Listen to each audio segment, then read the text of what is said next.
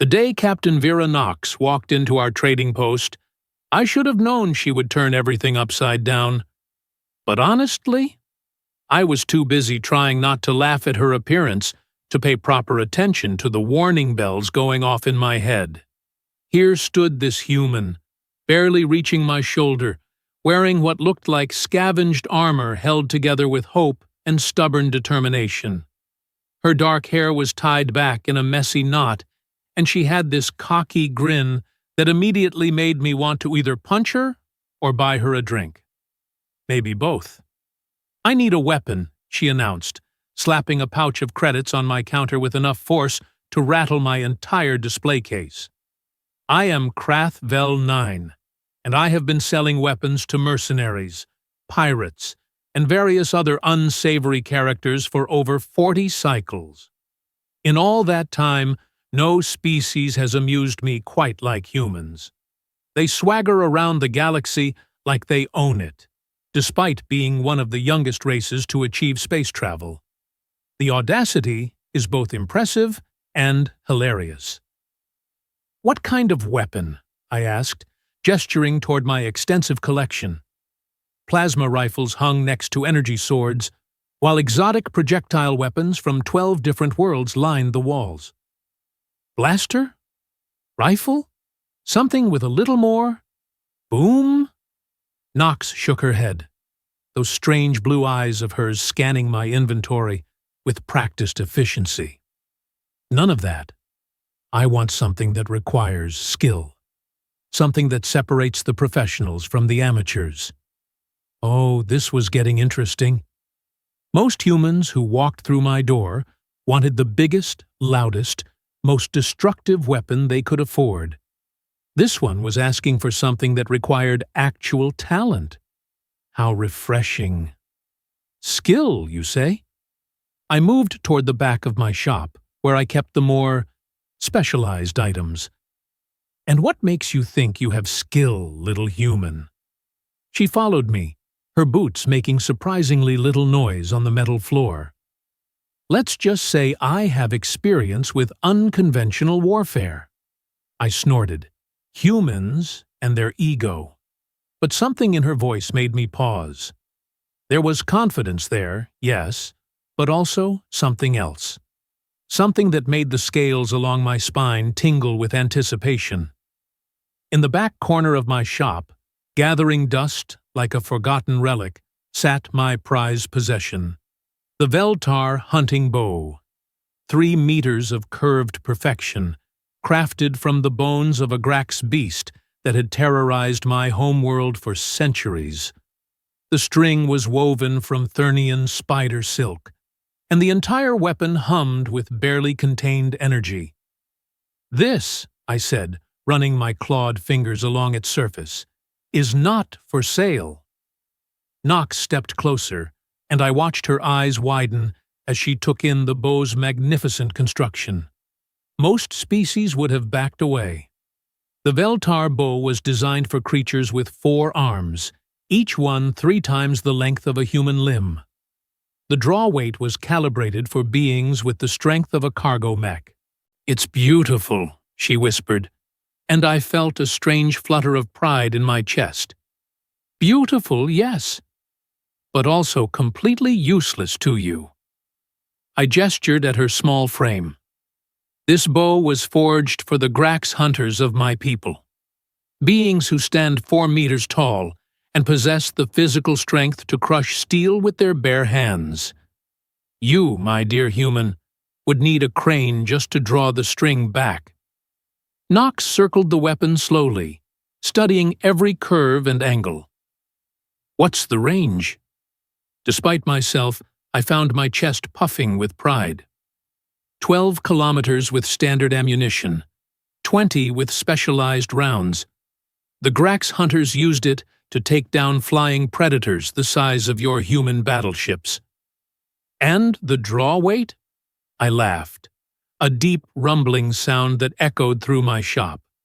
800 kilograms. No human has ever successfully drawn a Vel'tar bow. It is physically impossible for your species.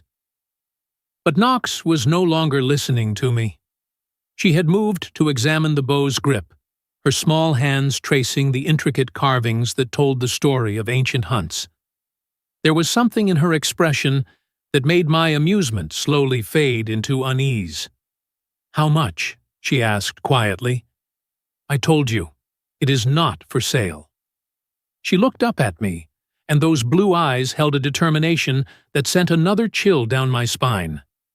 "Everything is for sale, Krath. The question is price." I named a figure that should have sent her running, enough credits to buy a small starship, or a lifetime supply of weapons from any other dealer in the sector. Knox didn't even blink. Done. Now I was the one staring. "You cannot be serious." She reached into her jacket and produced a credit chip that made my scanner nearly explode with excitement. The amount displayed was exactly what I had asked for, down to the last decimal. "Consider it purchased," Knox said, already reaching for the bow. I caught her wrist before she could touch it. Her arm felt impossibly fragile under my grip, like I could snap her bones with a careless squeeze. "Listen to me very carefully, human. This weapon will kill you. Not your enemies, you. The moment you try to draw that string, it will tear your arms from their sockets." Knox looked down at my hand, then back up at my face. There was no fear in her expression, only that same infuriating confidence that made me want to shake some sense into her. "That's my problem, isn't it?" Against every instinct I possessed, I released her arm and stepped back. The credits were already transferring into my account. The deal was done. Knox lifted the bow with both hands, testing its weight. The weapon was nearly as tall as she was, and watching her handle it was like watching a child play with a siege cannon. It should have been comical, so why did I feel like I was witnessing something historic? "I'll need ammunition," she said, as casually as if she were ordering lunch. I gestured weakly toward a display case filled with various projectiles. "The standard hunting arrows are there, though I suppose it hardly matters, since you will never actually use them." Knox selected a quiver of the heaviest arrows I had, each one designed to punch through starship hull plating. She slung them across her back with practiced ease, then turned to face me again.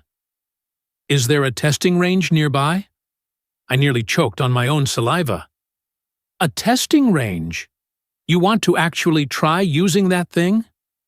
That was the general idea, yes. This was madness. Complete, absolute madness. But I found myself nodding toward the exit. There is an old mining facility about 10 kilometers north of here. It has been abandoned for years. If you are determined to kill yourself, I suppose that is as good a place as any. Knox grinned, and that expression made something cold settle in my stomach. It was not the grin of someone about to attempt something foolish. It was the grin of someone who already knew exactly how this was going to end. "Perfect. Want to come watch?" I should have said no. Any rational being would have stayed in their nice, safe shop and waited for news of the humans' inevitable and messy demise. But curiosity has always been my weakness, and I had to admit, I was intensely curious to see how spectacular her failure would be. "Fine," I grumbled, grabbing my hoverbike keys, "but I am not paying for your funeral." The mining facility was a testament to industrial ambition gone wrong. Massive excavation equipment sat rusting in the alien sun, while the main processing plant loomed like a metal skeleton against the purple sky. Knox surveyed the area with the same calculated attention she had given my bow. "This will do nicely," she said, setting down her gear near what had once been the facility's main loading dock. I positioned myself at what I considered a safe distance and activated my personal shield generator. If the bow exploded when she tried to draw it, I did not want to be caught in the blast radius. Knox strung an arrow with movements that were surprisingly smooth and confident. She had clearly handled bows before, though nothing like the Vel'tar. She took her stance, feet shoulder-width apart, and raised the weapon. This was it. This was where the laws of physics would reassert themselves and demonstrate why humans should stick to energy weapons. Knox began to draw the string. I watched in fascination as her muscles tensed, her small frame straining against the enormous draw weight. Her face contorted with effort, and I could hear her breathing becoming labored. Any second now, she would be forced to admit defeat and… The string moved. Not much. Perhaps a few centimeters. But it moved. I blinked, certain I was hallucinating. No human should have been able to budge that string even slightly. The physics simply did not work. And yet, Knox adjusted her grip and pulled harder. The string moved another few centimeters, then another. Her face had gone red with exertion, and I could see sweat beading on her forehead, but she was actually drawing the bow. "Impossible," I whispered. Knox ignored me, her entire being focused on the weapon in her hands. Slowly, impossibly, the string continued to move backward. Her arms shook with the strain, and I could hear her breathing becoming harsh and ragged, but she did not stop. When the string reached full draw, Knox held the position for exactly 3 seconds. Then she released. The arrow flew with a sound like thunder. It streaked across the mining facility faster than my eyes could track, punching through a solid steel support beam like it was made of paper. The beam, which was roughly the width of a tree trunk, simply disappeared where the arrow hit it. The projectile continued onward, smashing through equipment and debris before finally embedding itself in the far wall of the processing plant. The entire facility shuddered from the impact.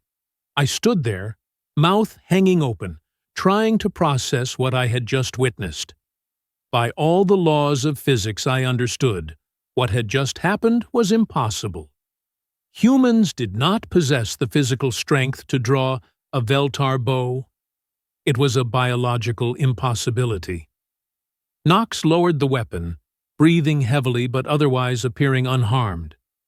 She turned to look at me, and that same infuriating grin was back on her face. "Not bad for a first shot," she said, "though I think I need to adjust my stance a little." I found my voice after several attempts. "How? How what? How did you draw that bow? Your species lacks the necessary muscle mass. Your bone density is insufficient. Your leverage ratios are all wrong. It should be physically impossible for you to generate the required force." Knox reached for another arrow, already preparing for a second shot. "You know what I love about the galaxy? Everyone assumes they understand human limitations. They see our size, our apparent frailty, and they think they know what we're capable of." She knocked the arrow and raised the bow again. This time, the draw came easier. Still difficult, obviously, but she managed it with less visible strain. "The thing is," she continued, her voice steady despite the enormous weapon in her hands, "humans have this peculiar trait. When everyone tells us something is impossible, we tend to take that as a personal challenge." The second arrow flew true, punching through another support beam with the same devastating effect. This time, I was ready for it, and I watched the projectile's entire flight path. The speed was incredible.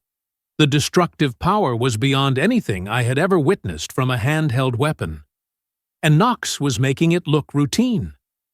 "Besides," she added, selecting a third arrow, "you made one small error in your calculations." "What error?" Knox smiled, and there was something predatory in that expression.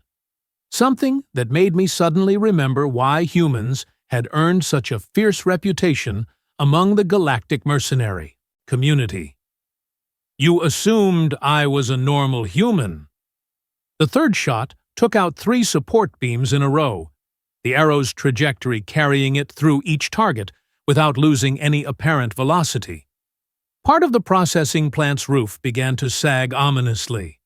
I stared at this small, unassuming human who was casually demolishing industrial equipment with a weapon that should have been impossible for her to use. A weapon that I had confidently declared would kill her if she even attempted to draw it. "What are you?" I asked quietly. Knox shouldered the bow and began walking back toward our vehicles. "I'm someone who has learned that the universe is full of things that are supposedly impossible.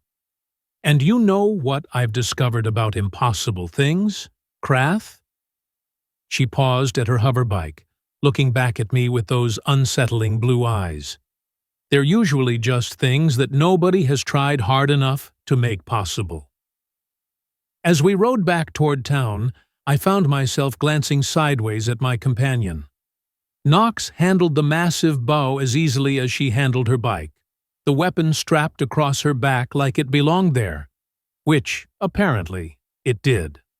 I had been selling weapons for 4 decades. I thought I understood the relationship between species, capabilities, and equipment requirements. I thought I knew the limits of what different beings could accomplish. Knox had just shattered every assumption I had ever made about human limitations. And something told me that this was only the beginning. When we reached my shop, Knox carefully dismounted and began checking her new weapon for any signs of damage. Finding none, she nodded with satisfaction. "Thank you for the demonstration area," she said. "The bow performs exactly as advertised." I managed a weak nod. "You are welcome." She started to leave, then paused at the door. "Oh, one more thing. You mentioned that no human has ever successfully drawn a Vel'tar bow." "That is correct." Knox grinned. "Well, now you can't say that anymore." And with that cheerful observation, she walked out of my shop and into whatever adventure had brought her to my little corner of the galaxy. I stood there for a long time afterward, staring at the door and trying to figure out what had just happened. Eventually, I gave up and went back to arranging my inventory. But something had changed. Every time I looked at a weapon now, I found myself wondering what would happen if the wrong human got their hands on it. Or maybe, depending on your perspective, the right human. Either way, I had the distinct feeling that the galaxy was about to become a much more interesting place. 3 days passed before I heard the first rumors. A cargo hauler had been found drifting near the Valdris asteroid belt, its entire crew missing except for the captain, who kept babbling about the human archer who walks through walls. Security footage showed a figure in familiar salvaged armor systematically disabling the ship's defensive systems with impossibly accurate shots from what appeared to be a primitive projectile weapon. 2 more days brought news of a slave transport that had been liberated under similarly mysterious circumstances. This time, there were witnesses. Freed prisoners spoke of a small human woman who had appeared on their ship like a ghost, taking down armed guards with arrows that punched through their combat armor like tissue paper. I should have been concerned. After all, I had sold Knox the weapon she was using to cause this chaos. But honestly, I was more curious than worried. Besides, both targets had been slavers and pirates. The galaxy was arguably better off without them. My curiosity was satisfied sooner than expected when Knox walked back into my shop on the 7th day, looking remarkably cheerful for someone who had apparently been conducting a one-woman war against organized crime. "Good morning, Krath," she announced, setting a large metal case on my counter. "I need to buy some supplies." I eyed the case suspiciously. It was clearly military grade, with multiple locking mechanisms and what looked like a bioscanner built into the handle. "More arrows?" "Actually, I need information."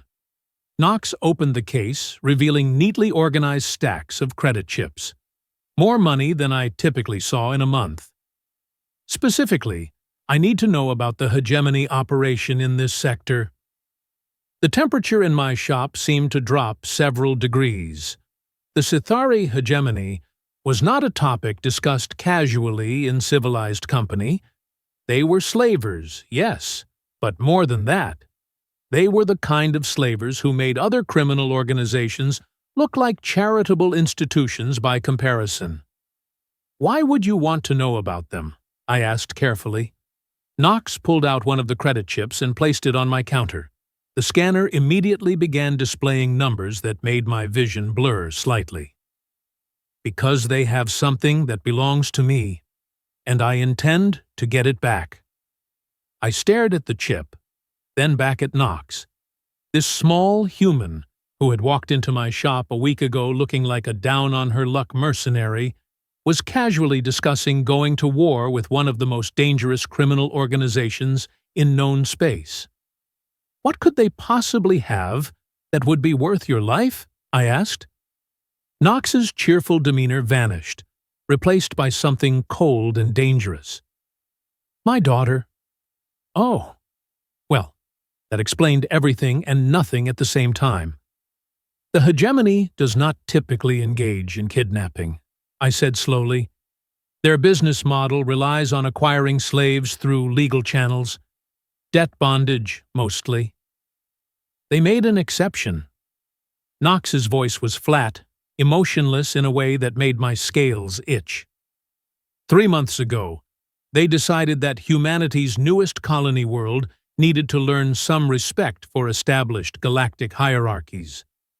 They took 1,200 colonists as indentured servants to pay for supposed trade violations.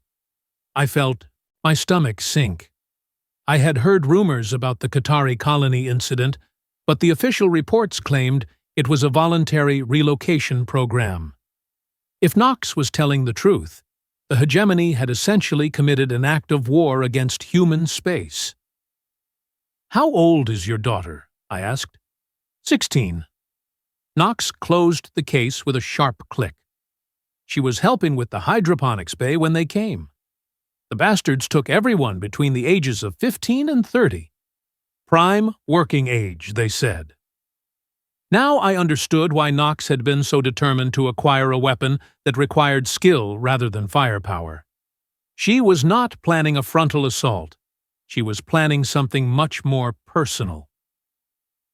The hegemony's main processing facility in this sector is on Gorvax Prime, I said reluctantly. But Krath, you have to understand, that place is a fortress.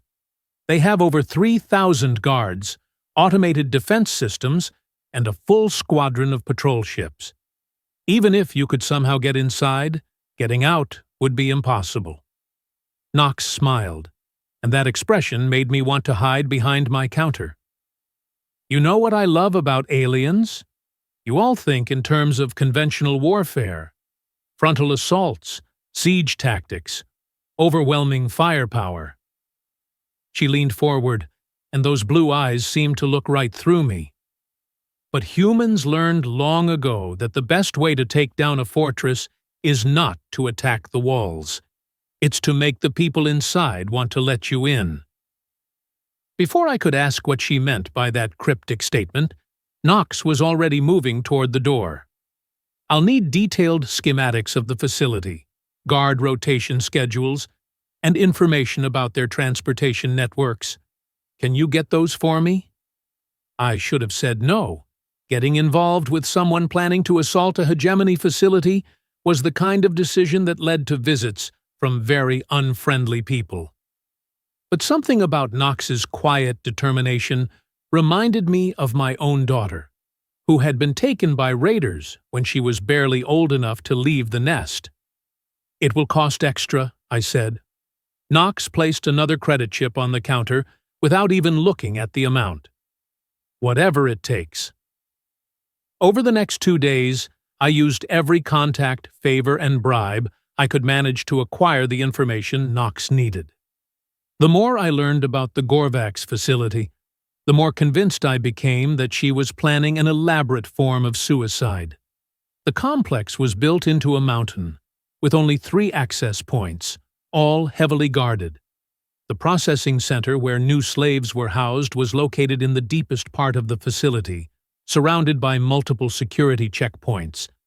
Even if Knox could somehow get inside, the moment she was discovered, the entire place would lock down tighter than a vacuum seal. When she returned for the information, I tried one last time to talk her out of this madness. "Knox, listen to me. This is not some pirate vessel you can disable with a few well-placed arrows. This is a military-grade installation. They have sensors that can detect a whisper from a kilometer away. They have guards trained specifically to deal with rescue attempts. They have my daughter," Knox interrupted quietly. "And that means they have made this personal." She took the data pad containing all the intelligence I had gathered, glanced at it briefly, then tucked it into her jacket. "Thank you, Krath. You have been more helpful than you know." "What is your plan?" I asked desperately. "At least tell me you have some kind of strategy beyond walking up to the front door and asking nicely." Knox paused at the threshold, looking back at me with an expression I could not quite read. "Do you know why humans are the only species to successfully domesticate carnivorous pack hunters?" I blinked at the apparent change of subject. "No? Because we understood something that no other species grasped. The key to controlling dangerous predators is not to dominate them. It's to convince them that you belong to their pack." Knox smiled. "The Sithari think they're the apex predators in this sector, but they've never encountered a human who decided to join their pack." With that incomprehensible statement, she walked out of my shop and disappeared into the bustling street outside. I did not hear anything for 2 weeks. Then, the news feeds exploded.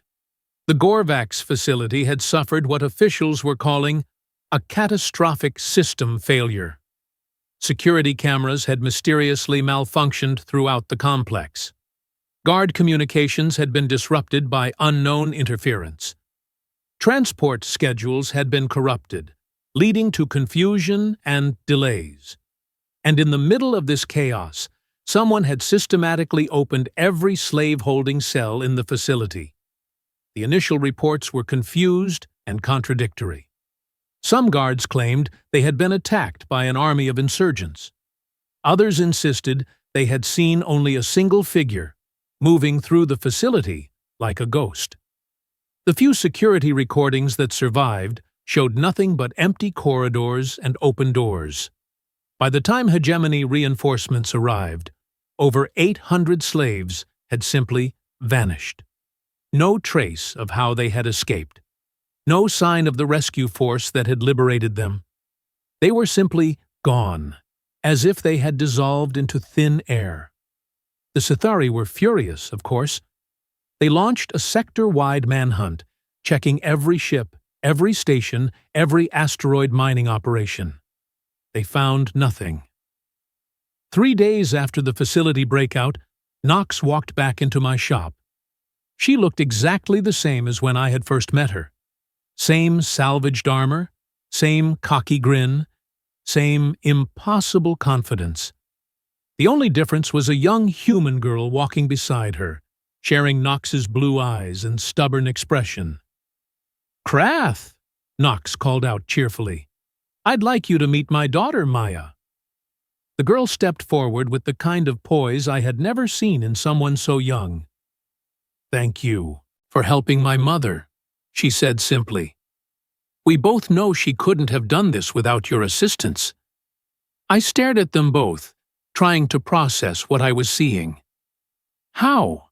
I managed to ask. Knox shrugged. "I told you. The key to dealing with predators is convincing them you belong to their pack. So I convinced the hegemony guards that I was one of them." "That's impossible. They have bioscanners, genetic identifiers, Psychological profiles. They have all of those things for known species, Knox agreed. But humans are new to the galactic community. Our physiological data isn't in their databases yet. And it turns out that with the right equipment, a human can pass for a dozen different species if you know what you're doing. She pulled out a small device that looked like a modified medical scanner. Holographic disguise generator, military grade. It projects a false biosignature that matches whatever species profile you program into it. I stared at the device. Such technology existed, but it was incredibly expensive and notoriously unreliable. Where did you get that? Built it, Knox said casually. Humans are good at improvising technology when we need to. Maya stepped forward. She spent 3 days studying Sithari physiology, then another 4 days infiltrating their command structure. By the time she reached the holding cells, half the guards thought she was their commanding officer. And the other half? Knox's grin turned predatory. The other half learned why you should never separate a human mother from her child. Over the next hour, Knox and Maya told me the complete story of their escape. It was a masterpiece of misdirection, technological improvisation, and ruthless efficiency. Knox had not stormed the facility like a warrior. She had infiltrated it like a virus, systematically corrupting their systems from within until the entire structure collapsed. The truly impressive part was not how she had gotten in, but how she had gotten everyone out. 800 freed slaves had been transported to safety, using the hegemony's own ships, which Knox had reprogrammed to follow new flight plans. By the time anyone realized what was happening, the entire slave population was scattered across a dozen different systems, most of them already on their way to human space. The Sithari are still looking for us, Maya said as they prepared to leave. But they're looking for a massive rescue operation involving hundreds of people and military-grade equipment. They're not looking for 2 humans with a bow, Knox added, which is exactly how we like it. As they reached the door, Knox turned back one final time. By the way, Krath, I have a proposition for you. What kind of proposition? The kind that involves a great deal of money and the opportunity to really annoy some very unpleasant people. Knox smiled. How would you feel about becoming the exclusive weapons supplier for a new organization dedicated to liberating slaves throughout this sector? I looked at Knox, then at Maya, then back at Knox. These 2 humans had just accomplished something that should have been impossible, using nothing but intelligence, determination, and a weapon that everyone had told them they could not use. What would you call this organization? I asked. Knox and Maya exchanged a look, and I saw Maya nod slightly. We're calling it the Broken Chain Initiative, Knox said. And we're going to teach the galaxy that humans have a very different approach to dealing with slavers. I thought about all the species in the galaxy who assumed they understood human limitations. I thought about criminal organizations who believed they could prey on the weak without consequences. I thought about the look in Knox's eyes when she had told me about her daughter. When do we start? I asked. Knox's grin could have powered a small starship. We already have. And that, my friends, is how I learned that humans have a very simple philosophy when it comes to the impossible. They don't waste time arguing about whether something can be done. They just find a way to do it. The Sithari hegemony collapsed within 6 months, not from military action or political pressure, but from a systematic campaign of liberation that left them with no slaves to sell and no reputation to maintain. Other criminal organizations began avoiding human space entirely, unwilling to risk the attention of people who treated impossible as a personal invitation. As for Knox and Maya, they became legends in their own right. The human archer who could walk through walls and her daughter, who could hack any system ever built. Together, they turned slave liberation from a noble but hopeless cause into a thriving industry. And me? I became the galaxy's most successful weapons dealer, not because I sold the most destructive equipment, but because I learned to supply tools to people who refused to accept limitations. The bow still hangs in my shop, though Knox returned it after the Gorvax operation. She said she had found something even better. When I asked what could possibly be better than a weapon that had terrorized an entire star system, she just smiled. I found out that the most dangerous weapon in the galaxy is a human who has decided that the rules don't apply to them. She was right, of course. She usually was, but I kept the bow anyway. Not because it was valuable, though it certainly was. I kept it as a reminder of the day I learned that the universe is full of things that are supposedly impossible, and that somewhere out there, there's always a human willing to prove that impossible is just another word for hasn't been tried yet.